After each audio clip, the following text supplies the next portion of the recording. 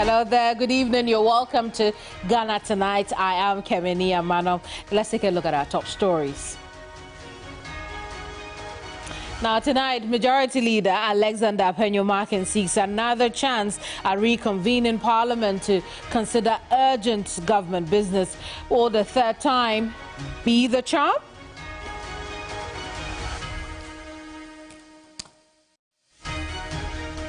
Also tonight, heads of assisted senior high schools across the country beg for food to feed students as they hint of temporarily stopping first-year admissions until government provides food and pays for stationery and other fees. Tonight, all that we gathered from that leaked letter over here.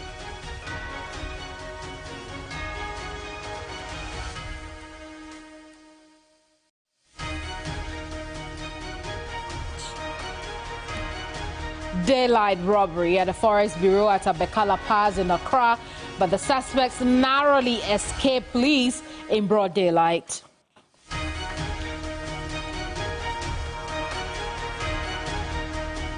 Well, those are the big stories. Remember, you can be a part of our program here on TV3 and on 392.7 FM. Make sure you use the hashtag if you'd like to interact with us. The hashtag is GhanaTonight. We're also streaming live on Facebook, on YouTube, and on X.com.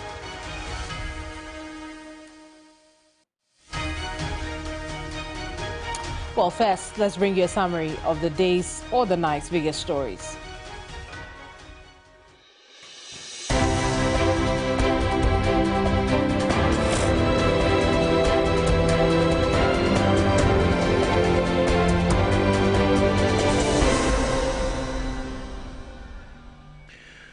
The new force has expressed satisfaction after a recent ruling by the ECOWAS court, which confirmed that the Republic of Ghana violated the rights of its spokesperson Shalima Abiusi. The new force, in a statement, noted that the ruling underscores its commitment to justice and accountability in a democratic society. The court's decision comes after a series of unlawful actions were taken against Ms. Abiusi, including her wrongful arrest and subsequent rearrest by the Ghana Immigration Service. The ECOWAS court ruled that the rearrest and illegal deportation of Ms. Abiusi were in violation of Article 6 of the Liberty of People and has mandated compensation from the Ghanaian government.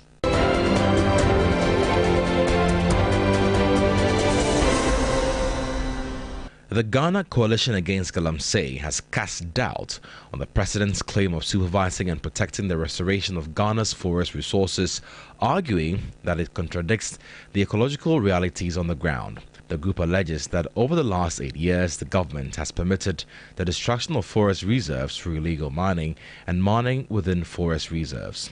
Now, if you take a look at what has happened and taking stock of the damage with respect to our forests and what we are claiming to have achieved, we cannot really be confident and be happy at all with what. I think that it's been very deplorable and it's been retrogressive if we look at what we set ourselves to do before his tenure of office began.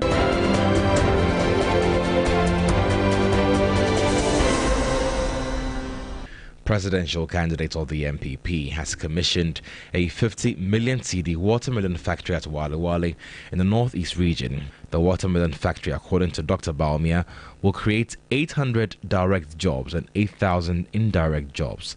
Dr. Baumia, who commissioned the project, says so far over 150 factories have been built under the One District, One Factory program. We in the MPP, we believe in possibilities, in making things happen. Our opponents, on the other hand, don't believe in possibilities. They believe in impossibilities. That is the mindset. But today, under One District, One Factory, we have completed over 150 factories in Ghana.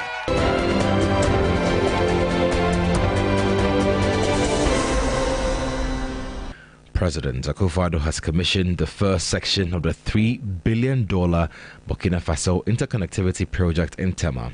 The 19-kilometer Mpakadan standard gauge railway line and diesel multiple unit trains will augment Ghana's railway system in the nation's quest to revitalize the sector. This project is far more than just a railway line. It is a lifeline that will empower communities, invigorate businesses, and strengthen industries, ultimately making Ghana more resilient and prosperous. However, its success depends not just on its construction, but also on our collective commitment to safeguard and maintain this critical national asset.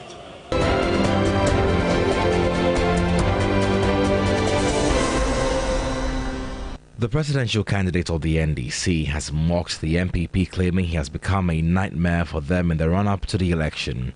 Some leading members of the party have in recent times, in an attempt to ask their supporters for votes, rather called for votes for John Mahama. Speaking in Somanya of the Lower Manyakrobo constituency, John Mahama says his acts of accountability is already haunting the MPP. The person they dream about is John Mahama. Any night they sleep, it is John Mahama they are dreaming about.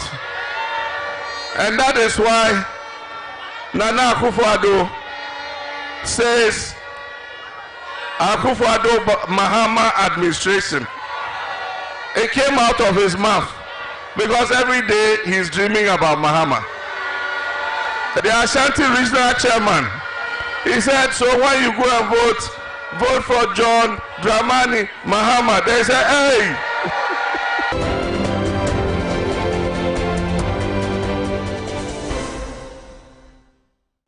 Well, if you just joined us, this is Ghana Tonight. Just gone by is Ghana Brief. Remember, you can listen to us on 392.7 FM. You can watch us on 3news.com, on Facebook, on X, formerly Twitter, and then also on YouTube. Join us with your comments using the hashtag GhanaTonight. Anyway, could Parliament be reconvening a third time? And what the NPP caucus is demanding, I'll tell you when I come back. Don't go away.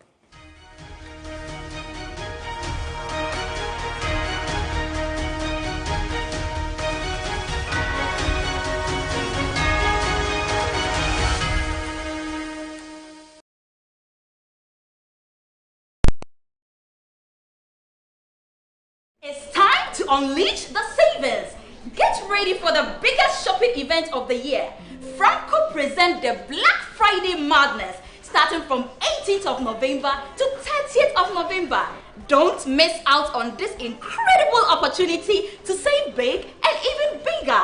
Enjoy amazing discounts of up to 40% on our products such as mobile phones, speakers, refrigerators, air conditioners from 1.5 horsepower to 2.5 horsepower, television from 32 inches to 100 inches. They are all available in Franco shops nationwide. You can visit our website at www.francotrading.com or download the Franco Trading app on Google Play Store or Apple App Store. Call the numbers on the screen for any assistance and enquiries. Franco, your trusted brand in mobile phones, accessories, and your home appliances.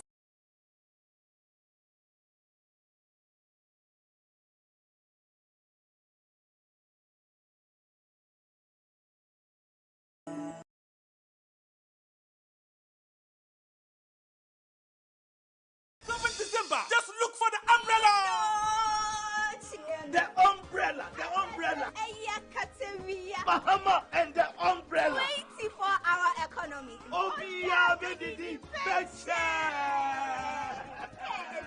December 7th. I can't wait. Oh, meet Shay. As for me, meet Tima so. Hey, landlord. What the rent lover? And yes, I'm mistakenly been that. You no ballot paper number one. Adia ba ko pe na wo hwehwe. Chinyano. Oh, Samu. Sapepe. Eye chinyano. Eye aketeyano. We chinyano be nkum so no. Wo be ko mama picture wo. Ni nifa so no. Box bi wo. Fa wo kokromoti. Tim sa box ne nkwemu. Edem biom na menye. Hwese wo ba paper wo nsa wo clean. And so we so ballot paper no mu. Senior beya. Ink no. Ink kemu ense wa ba no. Sapepe. Pemunu ba. Nese ko be se wo to aba na wo se no a wo wo kwan se wo kwaje foforo na wo betu ne yie. You want to engulf me in catastrophic quagmire? Eh? Who passed my me? Only me tell started to about. Say, you me to about my Dr. Kwame Nkrumah. And can 1960 about one or maybe cut off. Hey, Lord. And I won't say that. So what to abandon was saying now? Who quite all quite for no better than ye. Maintain that. And the and now what's it? And Pocora and Berua, I are for Sabi, almost with them, and it will be on 1 year. So we will be away the 18 years and above. I would in the who bet me the account, no wow, no what to happen ye. Sir. Irrefutably simple. Thank you for this enlightenment. My two rent. Kayo, not to what be ye, my John Mahama. For we cook room with eating box the noir. And watching any champion. Vote right for John Mahama. This October to December, King's Furniture says thank you Ghana. Enjoy a whopping 25% off on all our domestic kitchen, wardrobes and sofas. Upgrade your home with the finest furniture crafted right here in Ghana. And for your office, we're offering 20% discount on all office furniture because your workspace deserves the best. Whether it's for home or office, now's the time to make your space truly yours and give the gift of comfort and style to your loved ones. Hooray! Promo is from October 1st and ends December 31st, 2024.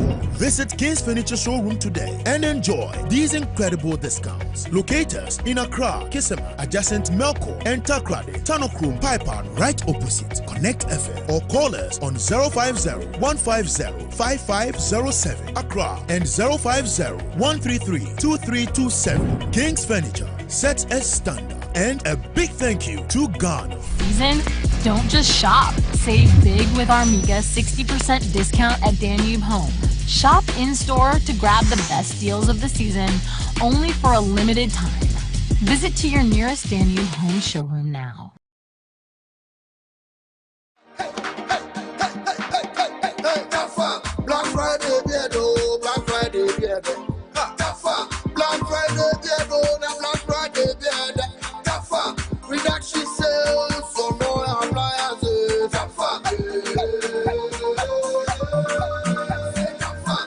Deep freezers in the microwave.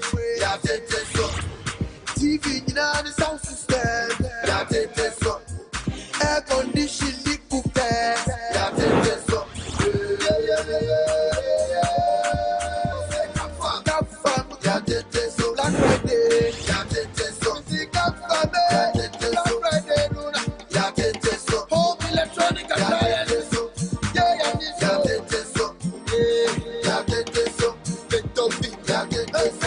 Black Friday.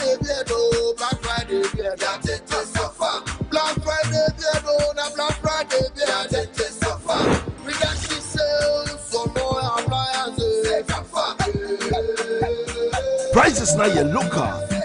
Come from Black Friday Super Sale up until 6th December 2024.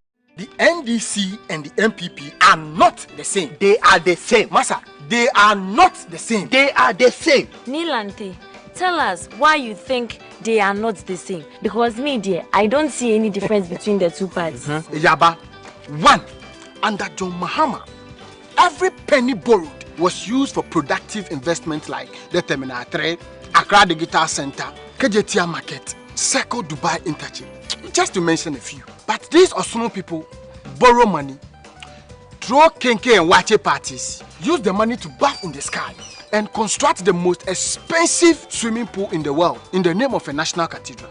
Tell me, is God a swimmer? Two, under John Dramani Mahama, those who lend money to the government in the form of bonds could sleep peacefully knowing that the government will pay them. Under the NPP, the government will take your money, chop it, and give you a haircut on top.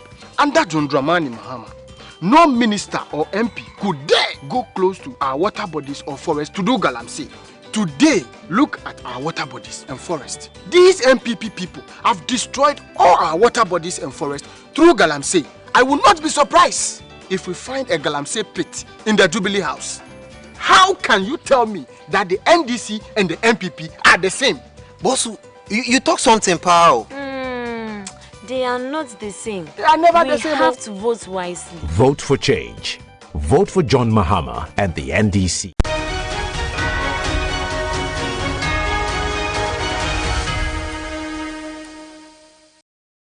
Welcome back. It's still Ghana Tonight here on TV3 and 392.7 FM. Now, the NPP caucus in Parliament makes another attempt and perhaps a final move to reassemble Parliament to consider what has long been described as urgent matters.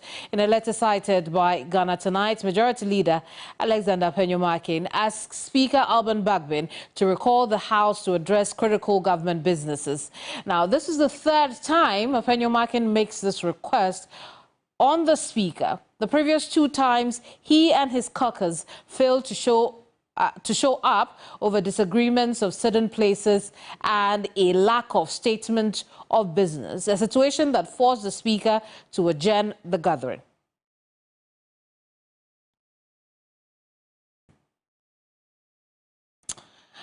Now, as is expected, we want to show you some of the crucial government business matters to be considered as the NPP caucus, led by the Majority Leader Alexander Penyumakin, make another request on the Speaker of Parliament. Now, the request for tax exemptions for designated beneficiaries under the One District, One Factory program, Ghana Financial Stability Fund, an International Development Association facility of $250 million.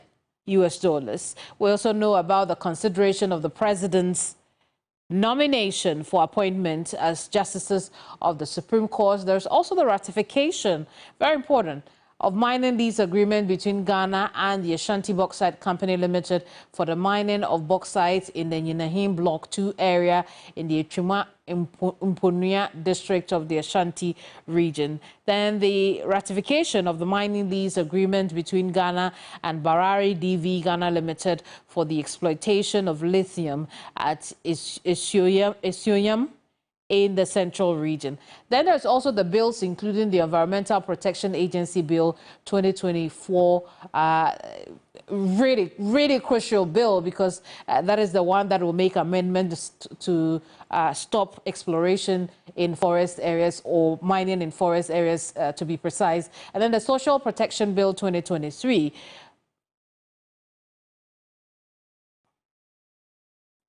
Indeed. But one last thing before we chat about this issue or issues that have come up. The Majority Leader also proposes next Thursday, November 28th, and Friday, November 29th, 2024, as suitable dates for the emergency recall. We can now have a chat on the back of this latest development. In a tad, we should have Bosa South MP, Dr. Clement Park, join our conversation. In the meantime, let me bring in Samir Obeng. Samir Obeng is Executive Director for, let me take a look at that, Executive Director of the Parliamentary Network Africa. Sami, good evening to you. Thank you so much for joining us here. I know you've been waiting patiently for us. I do appreciate your patience. But let's talk about this third recall. How does that come to you? What do you think about it? Good evening, and thanks for having me. I was particularly surprised that this request was actually put through, because anyone who watches Parliament and knows how Parliament operates, seeing that we are just 2 weeks to elections, knows that it is almost practically impossible to expect that Parliament will be able to reconvene and have any meaningful conversations before election day. And so to have the Supreme Court deliver its verdict about a week ago, and to have the Majority Leader wait for another extra week before sending in this request. And to send in this request, it is important to note, however, that this request is not even on the back of the emergency recall provision of the Constitution, as was used in the first two instances. But in this particular request, the leader is actually asking Mr. Speaker to exercise his prerogative as Speaker to summon the House, not necessarily through the emergency recall, summon the House regularly, which means that now it rests with Mr. Speaker, so to do. I think that practically it's a challenge. I really do not see how it's possible to get members of Parliament leaving their constituencies and coming to Accra to sit at a time when about 80% of them are seeking re-elections, and they know the risk of what will happen in their respective constituencies if they leave without necessarily campaigning in the next couple of days. I see. And if by your explanation this is left at the discretion of the Speaker, do you expect the Speaker at this point to reconvene the House?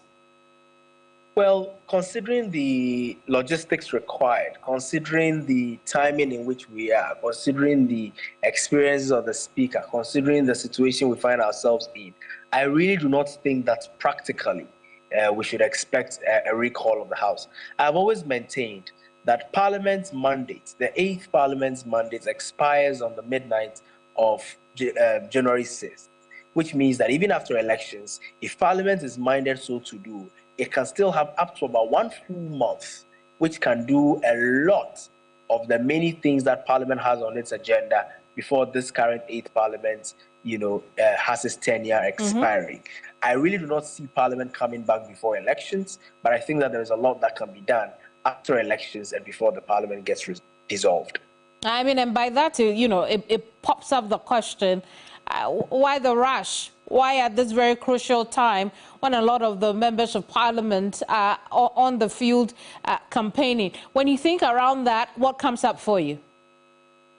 Well, it's difficult to note, and I think that perhaps the majority leader will be best placed to answer this. But I honestly think that if this was put in place much earlier, I mean, we've had the Supreme Court's verdict. Mind you, his petition is literally hinged on the Supreme Court's verdict. We've had the verdict for almost 1 full week, so why would we have 1 week literally wasted, so to speak, before making in this request? Could it also be that the leader has been trying to engage with the Speaker on the back and he's not having any results from the backroom conversations, and so now needs to make it official so that he can have the benefit of the paper trail to be able to show for it? There are so many angles that we will not be able to answer. Perhaps we need to find out more detail about this from the majority leader, but I question the practicality of Parliament coming to sit before elections. Sami, will the NPP caucus and the majority leader have themselves to blame if this emergency recall request is not granted? I think that the route, the approach, the strategy, Parliament is as much about the standing orders, the orders of Parliament, as it is also about strategy, because, it's a house of politics. It's a house that records matter. It's a house that rules matter. And you have to have a combination of all of these to be able to get the kind of results that you require. I really will be surprised if the majority leader in this particular request was expecting or will be expecting anything extraordinary to happen before elections. I see. And listen, you talk about the fact that there is that transitional, not transitional period, but, the period after the voting, after December 7th, they have a full month until Parliament expires on January 6th midnight. Could it be the case that the majority leader perhaps is worried about activities that could take place within that transitional period? Well, I'm wondering which one, makes for a better timing for engagement by a group of people who have majority of them needing to seek re-elections, whether it is the period before elections or the period after elections, which, yes, understandably, will have activities such as the Christmas holidays and what have you. But we've seen Parliament sitting on Saturdays. We've seen Parliament sitting on Mondays when push comes to shove. And for me, I think that is the more practical approach that should be looked at. I see. And there will also be the matter of certain places again, I mean, so to speak, if Parliament reconvenes or even if everything ends and they come back after the December 7th polls to the chamber. I mean, what do you foresee? Do you see us go back to what we have seen in the last 3-4 weeks, or you have different expectations of the members of Parliament? So far as I'm concerned, until the matter that was ruled on by the Supreme Court is challenged through a review, I believe that the matter is really settled. And for me, my expectation would be that upon Parliament coming back, whether it's before elections or after elections, depending on when Mr. Speaker recalls the House. Mr. Speaker has a responsibility to make that announcement for the purpose of the records, to reflect that this is the ruling as has been probably served on him as Speaker from the Supreme Court, and the consequence of the ruling is that the status quo prior to all of these disturbances is reverted to. And I know that with the experience of Mr. Speaker and the experiences also of the parliamentary service, the clerks and all of that supports the Speaker in the discharge of his duties, these should be issues that they should settle on once the House gets reconvened. I mean, we can only hope that we do not see a repeat of what we have seen in the last few weeks, that some consensus is reached, that the problem of certain places there is dealt with. But I do appreciate you staying up to talk to us on Ghana Tonight. Thank you so much. Sami Obeng is Executive Director for the Parliamentary Network Africa. We've been discussing the latest development from the NPP caucus in Parliament. We know that the member of Parliament for Efutu and the Majority Leader Alexander Apenyo-Markin has written for the third time to the Speaker of Parliament to recall the House to consider what they have described as urgent and crucial matters, regarding government business. And we have taken you through what those government businesses are, bills that need to be looked at: social protection bill, environmental protection bill. We know that some mining agreements with Barari DV would also have to be looked at. One that has to do with Ashanti Mining, Bauxite Mining Company will also have to be looked at. And so it's a host of things that need to be discussed before the 8th Parliament expires. Now, Sami, on the other hand, is not as optimistic as Alexander Apenyo-Markin is in making that request. He says he does not see how the Speaker will recall the House, particularly given his reasons, including the fact that the members of Parliament are all over the country campaigning in their constituencies. But how about we speak to one of them? Peter Nochukotoi is ranking member on Parliament's Education Committee. He's also member of Parliament for Akachi North. And I want to pick his thoughts on it just before we go on to some other matters to do with his committee. Peter, good evening, Honourable. Thank you so much for joining us here. But the Member of Parliament for Efutu and the Majority Leader is asking that you all come back to the Parliament, to the chamber, to discuss government business and parliamentary business, so to speak. What are your thoughts on that? Are you coming back, or this is absurd? Well, thank you very much, and good evening to you.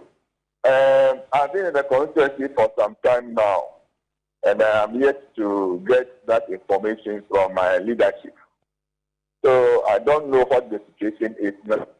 Whether there is a reason or not, I am not aware for now. I can tell you for a fact that the Efutu MP Alexander Apenyo-Markin has written to the Speaker again that he wants Parliament to be reconvened to look at those bills and those agreements that this 8th Parliament needs to sit on for government business to be looked at.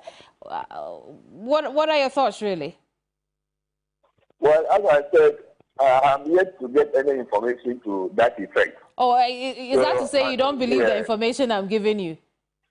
No, I have not received any information. But I'm telling you for a fact that that is what is going on. Will you leave your constituency and come to Accra to sit? No, I'm in my constituency, and I don't think it is necessary now to recall Parliament. So I don't know the fact of it, and unless I see a summon from the Speaker, I will be unable to speak to it. I see. And I guess that will perhaps resonate with a lot of your side of the caucus. But you know the issues that had led to the adjournments we have seen already.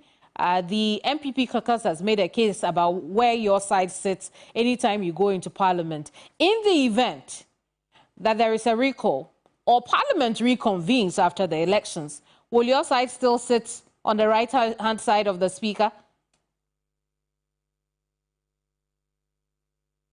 Hello.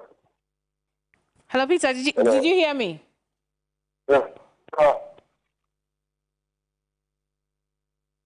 Well, it looks like that line with Peter is not going well. So I'm going to keep Peter on the line while we fix that problem and then move on to another issue that I would want Peter to address for us. Honorable, just hold the line for me. I'm going to move on to education because tonight we have been hearing a lot of issues coming from secondary school feeding because heads of senior high schools across the country are threatening to stop admissions and feeding of students over government's failure to pay fees. All you need to know right now.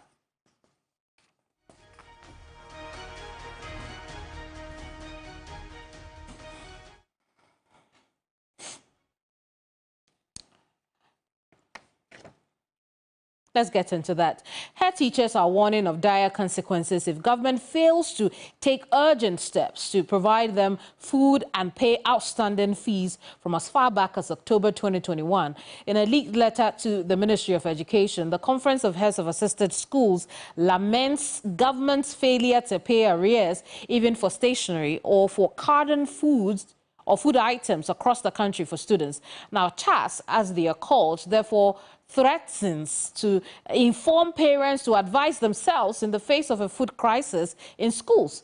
In the meantime, fears in a leaked letter to the Education Minister, the school heads also fear possible shortage of food as critical food items have not been supplied for months now.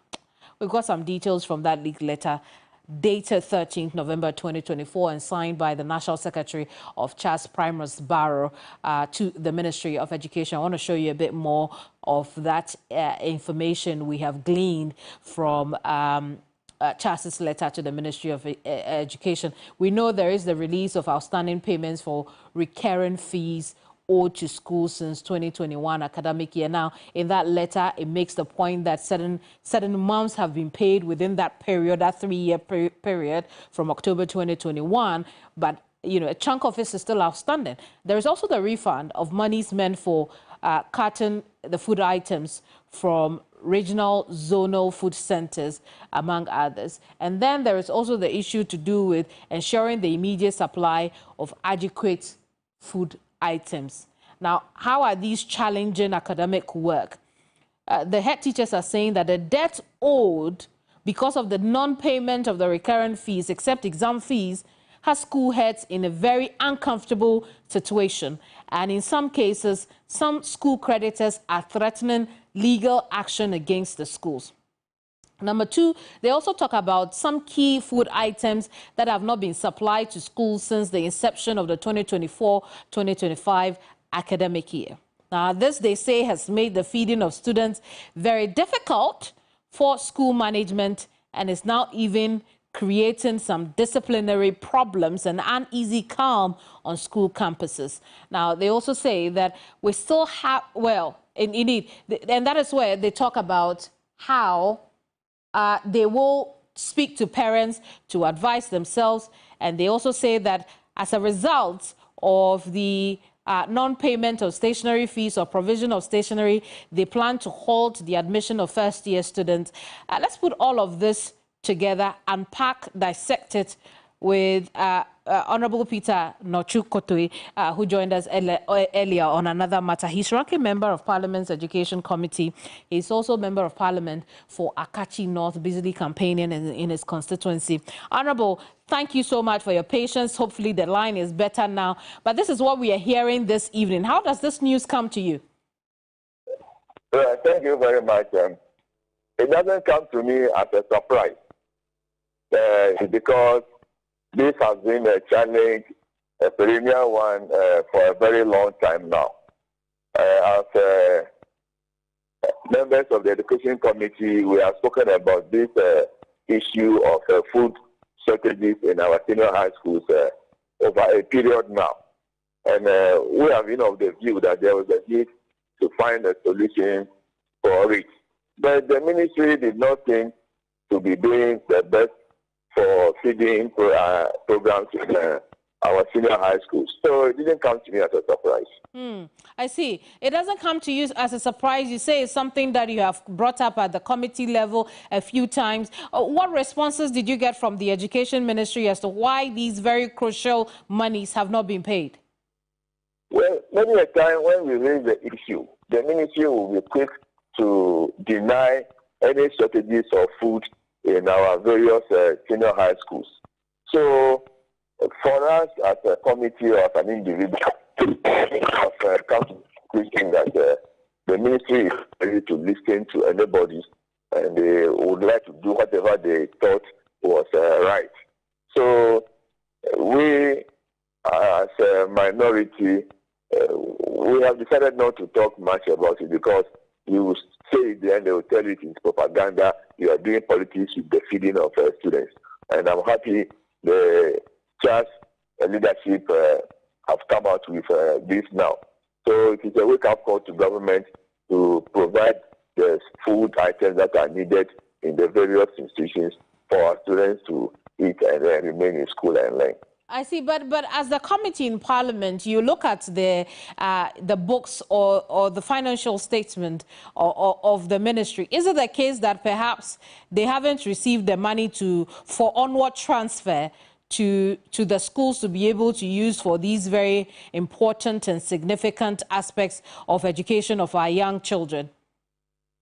Well, as a committee, every year we recommend for approval by Parliament any amount that was presented to us for approval or recommendation in respect of the school free senior high school program.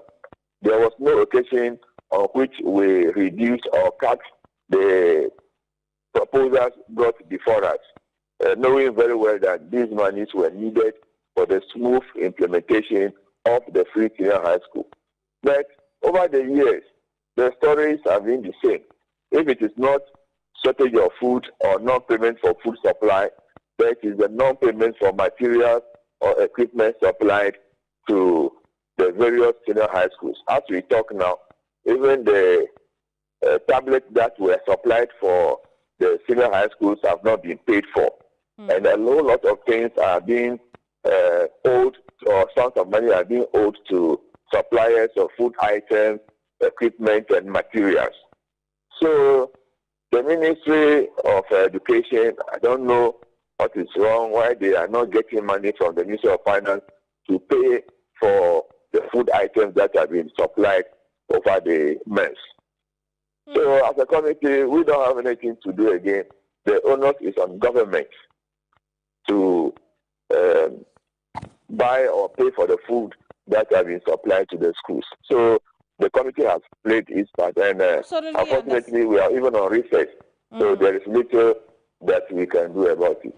Absolutely, I understand that. I mean, what I was driving at is whether you know, because this issue is the conference of the heads of assisted secondary schools are saying that it's an issue that goes back to as far back as 2021. So I was asking, I mean, if you vet their financial books from 2021, is it the case that the finance ministry has not given them money, for which reason they have also not been able to pay, or perhaps this money has gone into other projects under the Education Ministry? The challenge with the free senior high school is the over-centralization of procurement of food items for consumption in the senior high schools. You see, you buy all the whatever they call it, is a commodities exchange company or the buffer stock. They buy the food, bring everything to Accra to be distributed to secondary schools all over the country. Why don't we decentralize the procurement of food items? We approved 10 Ghana cedis per student for boarding students per day. Now, 70% of that money is kept in Accra, and 30% or 3 cedis to be sent to the schools. Even that is not released to them to the fullest. They will release a number, and then for the rest of the year, they will not release that amount to the various institutions to even buy things that we call perishables. So the schools are handicapped financially, and they are unable to feed the students. When the food is not sent to them, they are unable to get food to feed them, because everything is supplied from Accra, will be put at a depot, and then they will go and carry a whole lot of inconveniences that the headmasters are going through in the various senior high schools. So I see. The best is to decentralize the procurement of food items, and I think that problem will be solved. Very well. Honorable, hold the line for me because I've got your namesake on the other line. Dr. Peter Antipati is the Executive Secretary of the Institute for Education Studies.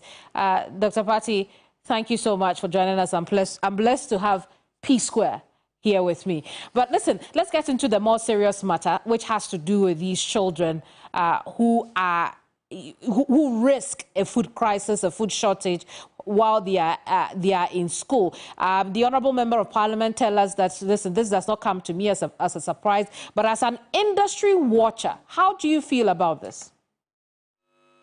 Thank you very much, and good evening to your viewers. I feel disappointed. I feel disappointed not in government, not in the Ministry of Education, but in Charles. I feel that Charles have not done us any good by leaking or bringing this issue up in November 2024. Some of us have known this far back 2021. We have said this, we have talked about it. If you speak to individual headmasters, just about a month ago, I was in one headmaster's office. They complained bitterly. And we were thinking that Charles, as an organization with their power and the stake they have in the sector, they would put all issues aside and come out to talk about the challenges that they are going through in managing our secondary education for us. But reasons best known to them, they have kept this to themselves, and they are releasing this letter in November 2024. Anybody who looks at this will think that you are doing something to influence the election that is yet to be held in the next 2 weeks. And that is why I'm disappointed in Charles, because they have allowed our children to go through these difficult circumstances for 3 good years. And if you have a ward in our schools, you will know the kind of things that you are asked to bring when you are taking your ward to school, especially if you are going for a first year. Some are asked to even buy tires to tire the dormitory. A lot of things are going on, but it's the duty of Charles to bring these things out so that parents, so that all of us would come out and help find solutions to this. They have kept this to themselves, and they are not talking about this in November. And that is why I'm disappointed in Charles, because this has been the situation on the ground since time immemorial. Unfortunately, if you talk about it, as the Honourable Member said, it is seen as you are doing propaganda. It's seen as you don't like a policy. It's seen as you don't like a particular person. But this is the reality on the ground, and it's unfortunate that it's coming up in November. Absolutely, and Charles will have themselves to blame for sure. But also, we know that some of the head teachers had told journalists in confidence that really the reason they cannot come out to speak is because they're afraid for their positions and for their jobs. And so, you know, we may want to consider that a little bit. Again, I'll pick your thoughts on that. But I want us to take a listen to some of the students who are affected by this. Take a listen to Triponi students. We are here when it is supper. It's only rice, no stew. It's not tasty. Supper time, dessert, the soup is not nice. Some of us, we can't take it for supper. It's only the boys who have been coming because we don't know whether they have money, they don't have money. Like we are not going to collect the food.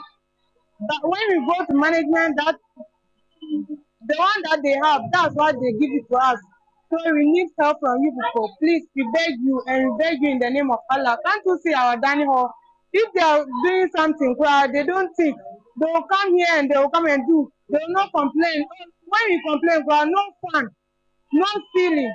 Please, we beg you, people, in the name of Allah. We need help.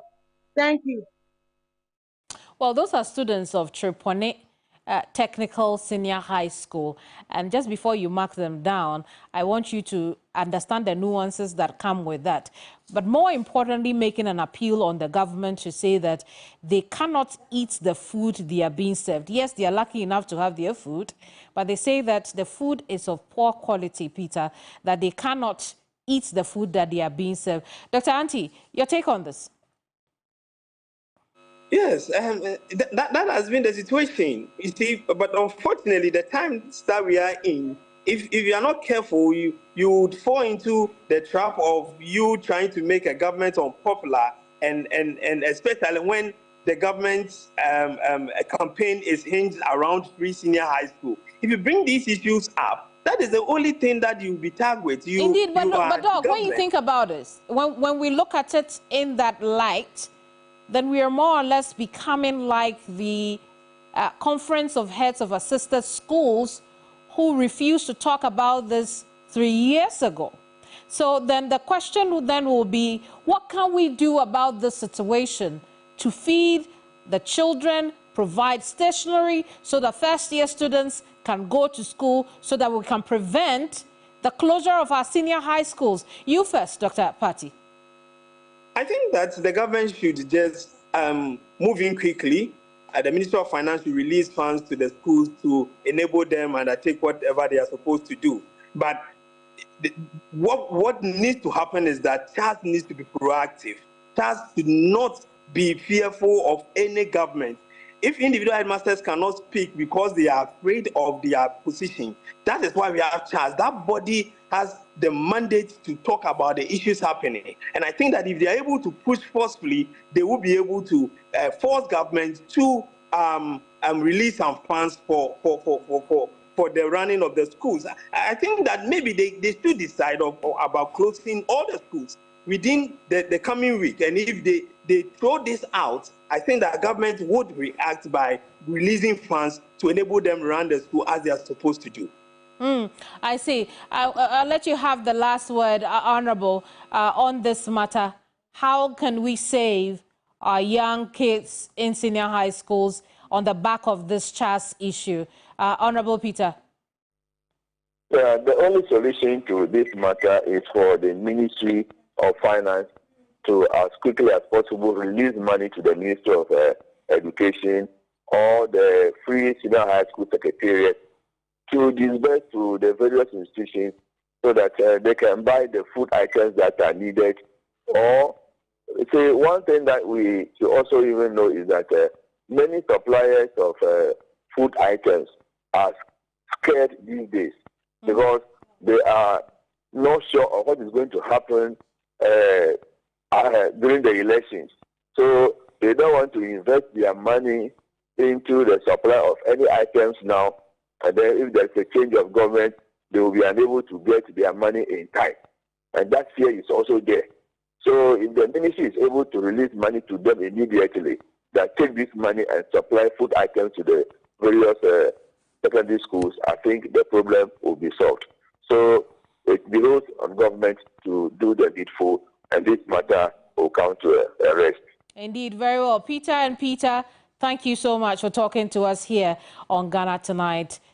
Peter Noche Kotwe is Member of Parliament for Akachi North, and then you also saw Dr. Peter Patti Anti, who is with iFirst, an education think tank in this country. You're still live here on Ghana Tonight. We're streaming on Facebook, on YouTube, on x.com. We're also live on 392.7 FM. My name is Kemini Amano.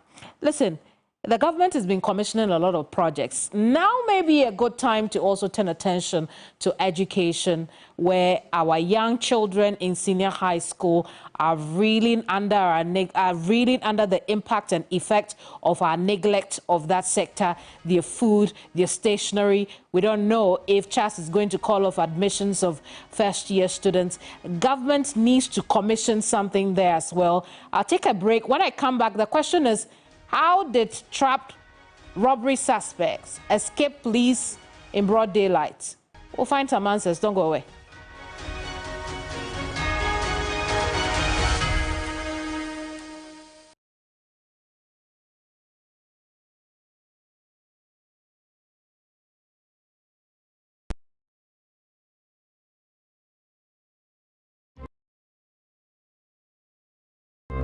Who is the biggest liar in Ghana? Let's see what Google says.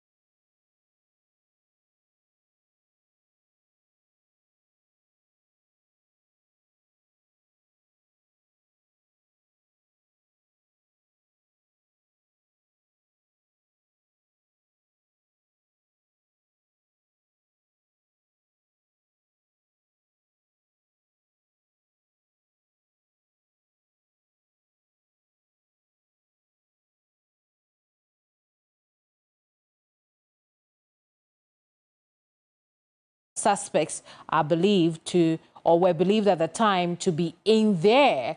And, you know, when you look at this building, in the end, unfortunately, we are told that they managed to escape police capture.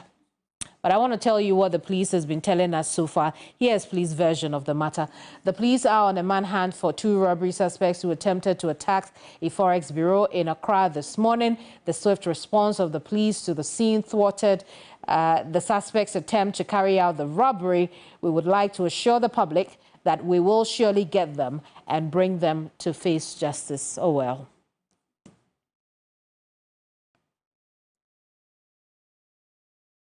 So that is the matter on the robbery, and that is the matter tonight on Ghana Tonight. I'm so glad you could stay with us the last 16 minutes here on Ghana Tonight. We've been streaming on 392.7, on TV3, also on 3news.com, on Facebook and YouTube.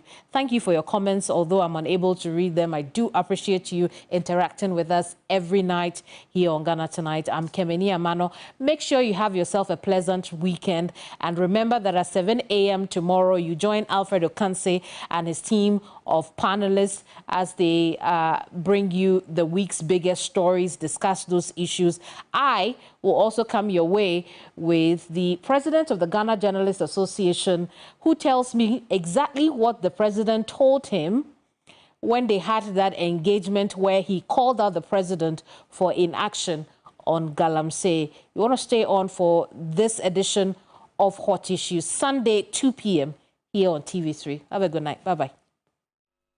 Ghana Tonight is brought to you by Flamingo Paint. Superior durability, superior hiding, superior coverage, simply superior.